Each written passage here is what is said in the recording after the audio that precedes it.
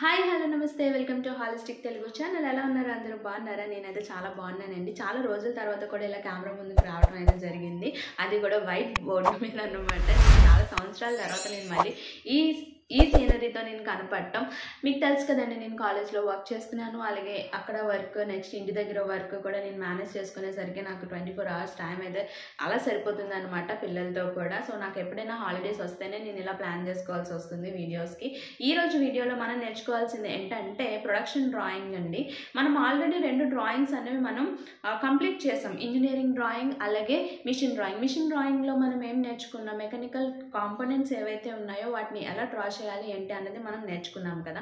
ఈ ప్రొడక్షన్ డ్రాయింగ్లోకి వచ్చేసరికి మనం చాలా డీప్, అంటే టోటల్గా మనం ఈ డైమెన్షనింగ్ చేసేటప్పుడే మనం ఓవరాల్ కాంపోనెంట్ యొక్క డైమెన్షన్స్ అన్ని ఎలా అయితే మనం రిప్రజెంట్ చేస్తామో మిషన్ డ్రాయింగ్లో, ఇక్కడికి వచ్చేసరికి మినిమం అంటే surface roughness, tolerances, limits, fits, ఇవన్నీ కూడా మనం ఈ డయాగ్రామ్స్లో అంటే ప్రొడక్షన్ డ్రాయింగ్లో మనం అన్నీ కూడా మొత్తం డైమెన్షన్స్తో సహా ఈ ఫీచర్స్ ఏవైతే ఉన్నాయో ఆ ఫీచర్స్ అన్నీ కూడా మనం డయాగ్రామ్లో రిప్రజెంట్ చేస్తాం అన్నమాట. టోటల్గా ఒక కమ్యూనికేషన్ బిట్వీన్, అంటే మనకి ఒక డయాగ్రామ్ నుంచి మనం ఏవైతే గ్రాస్ప్ చేయగలమో మొత్తం అన్నీ కూడా మనం ఆ డయాగ్రామ్లో రిప్రజెంట్ చేస్తాం అనమాట. అది ప్రొడక్షన్ డ్రాయింగ్. సో ఫస్ట్ మనకి సిలబస్ ప్రకారం చూసుకుంటే C20. సో ఏ సిలబస్ అయినా తీసుకోండి, మనకి ప్రాబ్లం అయితే కంపల్సరీగా ఇస్తారు. సో ఆ ప్రాబ్లం ఎలా చేయాలి ఏంటి అన్నది మనం ఈరోజు వీడియోలో అయితే నేర్చుకుందాం. వీడియో స్టార్ట్ చేసే ముందు నాది ఒక చిన్న రిక్వెస్ట్ అండి. ఫస్ట్ టైం కనుక నా వీడియోని మీరు ఇప్పుడు చూస్తున్నట్టయితే ప్లీజ్ అండి సబ్స్క్రైబ్ చేసుకోండి. అలాగే పక్కనే వచ్చిన బెల్ ఐకాన్ని కూడా ఓకే చేయండి. దానివల్ల నేను లేటెస్ట్గా పెట్టబోయే ప్రతి వీడియో యొక్క నోటిఫికేషన్ అనేది డైరెక్ట్గా మీ మొబైల్కి అయితే వచ్చేస్తుంది. పక్కన వచ్చిన బెల్ ఐకాన్ని కూడా ఓకే చేయండి. సో వీడియో స్టార్ట్ చేసేద్దాం.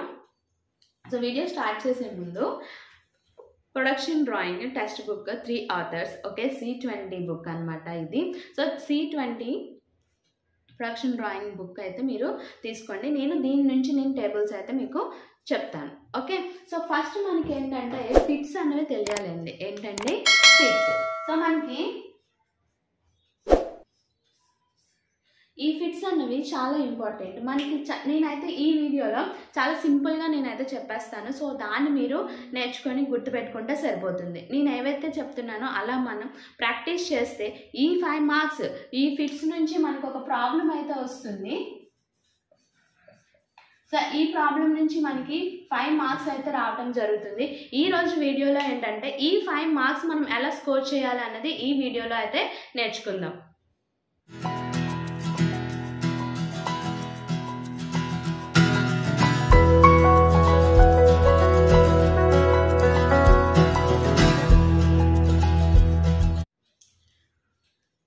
సో మనకి ఫిట్స్ 3 టైప్స్ అండి. First the clearance fit, second the transition, and third one is the interference fit. So ఈ 3 ఫిట్స్లో మనకి ఏదో ఒక ప్రాబ్లం అన్నది ఇస్తాడు. అంటే జస్ట్ మనకి ఎలా ఇస్తాడంటే డయామీటర్ ఇచ్చేసి, సో టాలరెన్సెస్ ఇచ్చేసి, అంటే limits, upper limit, lower limit ఇచ్చేసి మనకి ఏ ఫిట్ అన్నది మనకి ఫైండ్ అవుట్ చేయమని ఇస్తాడు అనమాట. So model. సో ఇందులో మనకి 3 ఫిట్స్ అనేవి ఉంటాయి. 3 ఫిట్స్. సో ఇందులో clearance fit, transition fit, interference. So first మనం క్లియరెన్స్ ఫిట్, ఓకే, అలాగే transition fit, next interference fit. So దీని గురించి మనం తెలుసుకునే ముందు మనకి ఏంటంటే జస్ట్ మనకి ఇస్తాడు లిమిట్స్ అని చెప్పాను కదా. సో లిమిట్స్ అనేవి ఎలా ఇస్తాడు అనేది చూద్దాం. సో ఫస్ట్ మనకి 25 ప్లస్ ఆర్ మైనస్ లేదు, ప్లస్ 2 ప్లస్లే. So 0.00 or 0.25. సో ఓకే, ఇలా ఇస్తున్నాడు.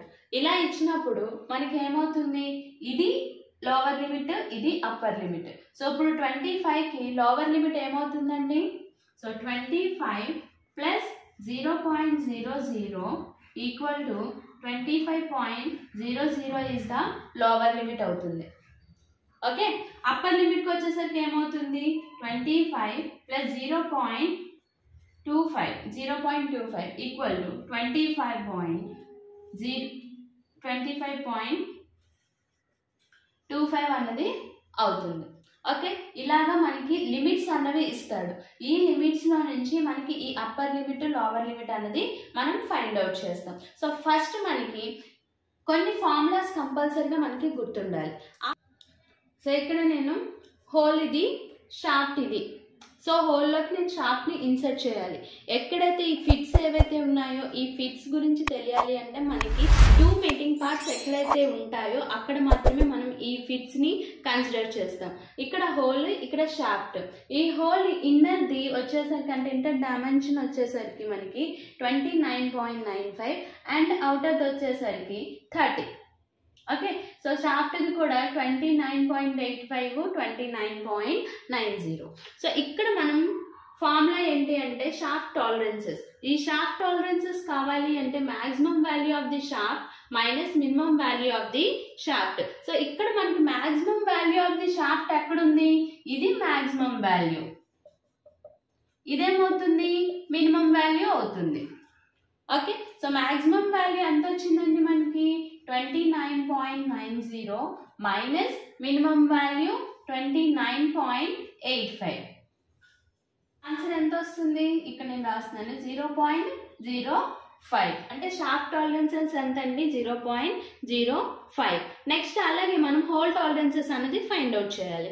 ఈ హోల్లో కూడా వచ్చేసరికి మనకి ఇది మ్యాక్సిమం వాల్యూ అవుతుంది, ఇది మినిమం వాల్యూ అనేది అవుతుంది. ఓకే, ఏది మ్యాక్సిమం ఏది మినిమం అనేది మనం ఫైండ్ అవుట్ చేయాలి. ఇది ఏది మ్యాక్సిమం ఏది మినిమం అన్నది మనకి నెంబర్ ఆఫ్ ప్రాబ్లమ్స్ చేస్తూ ఉంటే మనకు అలవాటు అయిపోతుంది. ఓకే, నెక్స్ట్ ఇప్పుడు ఏంటి? సేమ్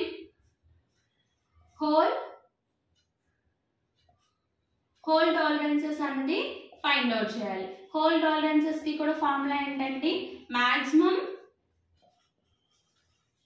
వాల్యూ ఆఫ్, ఇది దేనికి చేస్తున్నాం? హోల్కి చేస్తున్నాం కాబట్టి whole minus minimum value of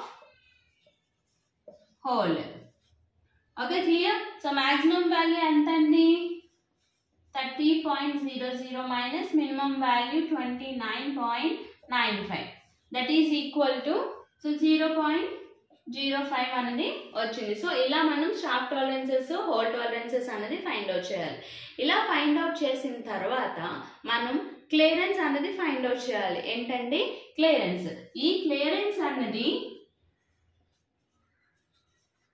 minimum clearance ఉంటుంది, అలాగే మాక్సిమం క్లియరెన్స్ అనేది ఉంటుంది. ఏంటండి? Minimum clearance, maximum clearance. ఇక్కడ నేను చెప్పే ఫార్ములాస్ కరెక్ట్గా గుర్తుపెట్టుకోండి. మనం చేసేది ఫస్ట్ మాక్సిమం క్లియరెన్స్. ఓకేనండి, సో ఇక్కడ మనం ఫస్ట్ చేసేది మాక్సిమం క్లియరెన్స్ అనేది చేస్తున్నాం. సో మాక్సిమం క్లియరెన్స్ కి ఫార్ములా ఏంటంటే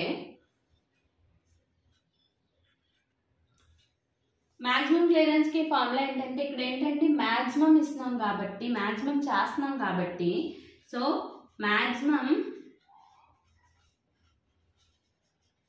value of whole, maximum value of whole minus minimum value of shaft. Okay, maximum value of whole minus minimum value of shaft. దేంది? Maximum కాబట్టి. So maximum clearance అనేది find out చేసినప్పుడు మనకి formula ఏమవుతుందండి? Maximum value of hole minus minimum value of the shaft. అలాగే మనకి minimum clearance అనేది చేస్తున్నప్పుడు మనకి ఏమవుతుంది? Minimum value of the hole minus maximum value of the shaft అనేది అవుతుంది. సో ఇక్కడ ముందు మనం ఇక్కడ వాల్యూస్ అనేవి ఫైండ్ అవుట్ చేద్దాం. ఈ వాల్యూస్ ఫైండ్ అవుట్ చేయాలి అంటే మనకి కంపల్సరీ ఈ కన్ఫ్యూజన్ అనేది ఉండకూడదు. సో మాక్సిమం క్లియరెన్స్ అంటే ఫార్ములా ఏంటి? సో మాక్సిమం క్లియరెన్స్ అంటే ఏంటంటే ఇక్కడ మాక్సిమం వచ్చింది కాబట్టి so maximum value of the whole తో స్టార్ట్ అవుతుంది. ఓకే, ఇక్కడ maximum value of the whole తో స్టార్ట్ అవుతుంది minus minimum value of the shaft. ఇక్కడ మనకి హోల్ లో మనం ఇన్సర్ట్ చేస్తున్నాం కాబట్టి హోల్ తో స్టార్ట్ అవుతుంది. సో మాక్సిమం క్లియరెన్స్ అన్నాడు అంటే మనకి ఏమొస్తుందండి? Maximum value of the hole minus minimum value of the shaft. So values ఏంటి అనేది చూద్దాం. So maximum value of hole ఎక్కడ వచ్చిందండి? హోల్ కి maximum value 30. So okay, so minus minimum value of the shaft ఎక్కడ వచ్చింది? మినిమం వాల్యూ, ఇది minimum value, ఇదేమవుతుంది? మాక్సిమం వాల్యూ అవుతుంది. సో ఇది మినిమం వాల్యూ కాబట్టి మినిమం వాల్యూ వేసుకుందాం. ఎంత? 29.85. సో ఇలా మనం చేయాలి.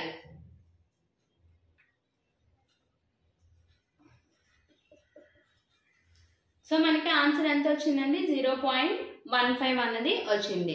ఇది మనకి మాక్సిమం క్లియరెన్స్. సో ఇక్కడ మనకి మినిమం క్లియరెన్స్ చూద్దాం. నెక్స్ట్ ఏంటండి మినిమం క్లియరెన్స్. మినిమం క్లియరెన్స్ అంటే ఇక్కడ మినిమం స్టార్ట్ అవుతుంది కాబట్టి, ఇక్కడ స్టార్ట్ అయ్యేది మినిమం కాబట్టి ఇక్కడ ఏమొస్తుందండి minimum. So minimum value of ఏంటి hole minus maximum value of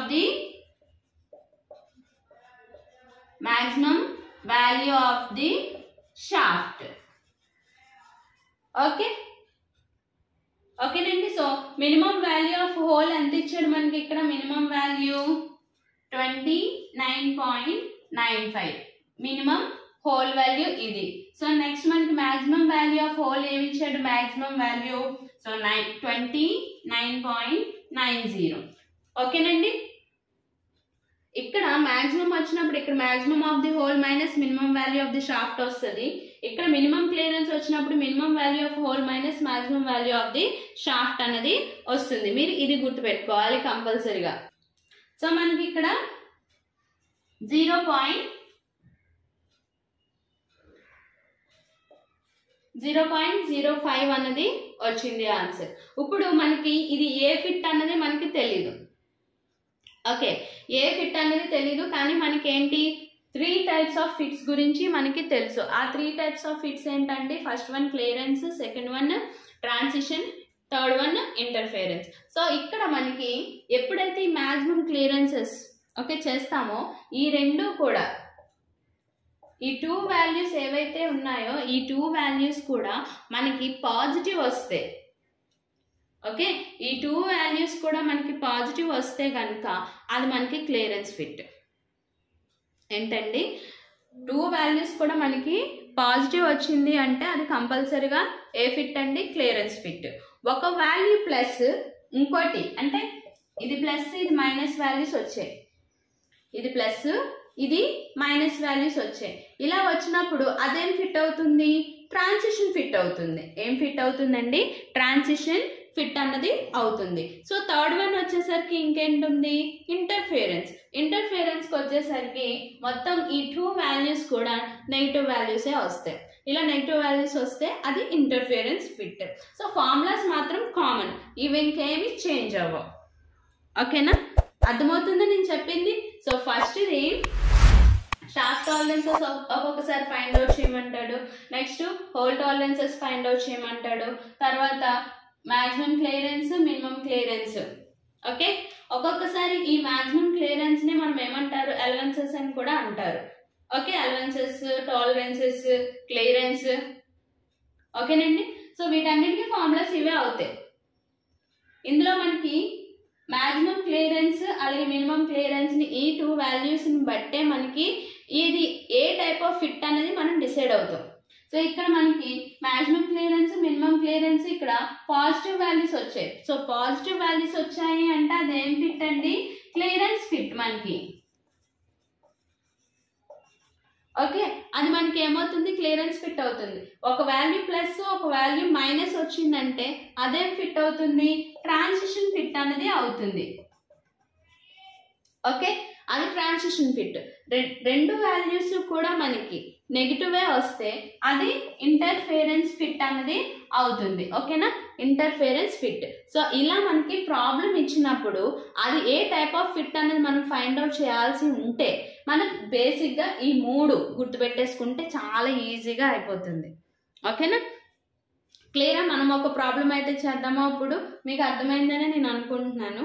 okay, skip చేయకుండా చూడండి ఎందుకంటే ప్రాబ్లం కదా. సో ప్రాబ్లం కూడా నేను సింపుల్గానే చెప్తాను, కాకపోతే ఇక్కడ మనకి ఈ ఫార్ములాస్ అనేవి గుర్తుండాలి కంపల్సరీగా. వేరే ఏం లేదండి, జస్ట్ ఒక 2 ఇప్పుడు నేను ఒక ప్రాబ్లం చెప్తున్నాను, ఆ ప్రాబ్లం తర్వాత మీరు ఇంకొకసారి ఇంకో ప్రాబ్లం ఏదైనా తీసుకొని ప్రాక్టీస్ చేసేస్తే మీకు అలవాటు అయిపోతుంది అనమాట. ఓకేనా, ఈ వీడియో కనుక నచ్చినట్టయితే లైక్ చేయండి, షేర్ చేయండి. అలాగే ఫస్ట్ టైం కనుక చూస్తున్నట్టయితే కంపల్సరీ లైక్ అయితే చేయండి, సబ్స్క్రైబ్ కూడా చేసుకోండి. నెక్స్ట్ మర్చిపోకుండా లైక్ అయితే చేయండి. మీరు చేసే లైక్ ఏంటంటే నాకు ఒక బూస్టప్ని ఇచ్చినట్టు ఉంటుంది. సో ఈ వీడియో ఎలా ఉంది, మీకు అర్థమైందా లేదా అన్నది కంపల్సరీగా కామెంట్ అయితే చేయండి. అంటే నా టీచింగ్ స్కిల్స్ని కూడా నేను ఇంప్రూవ్ చేసుకుంటాను. ఒకవేళ మీకు నచ్చలేదా, నచ్చిందా, ఓకే, లేదు కొంచెం కన్ఫ్యూజన్గా ఉందా, లేకపోతే నేను చాలా ఫాస్ట్గా చెప్పానా ఏంటి అన్నది కూడా మీరు కామెంట్ చేయండి. So thank you for watching.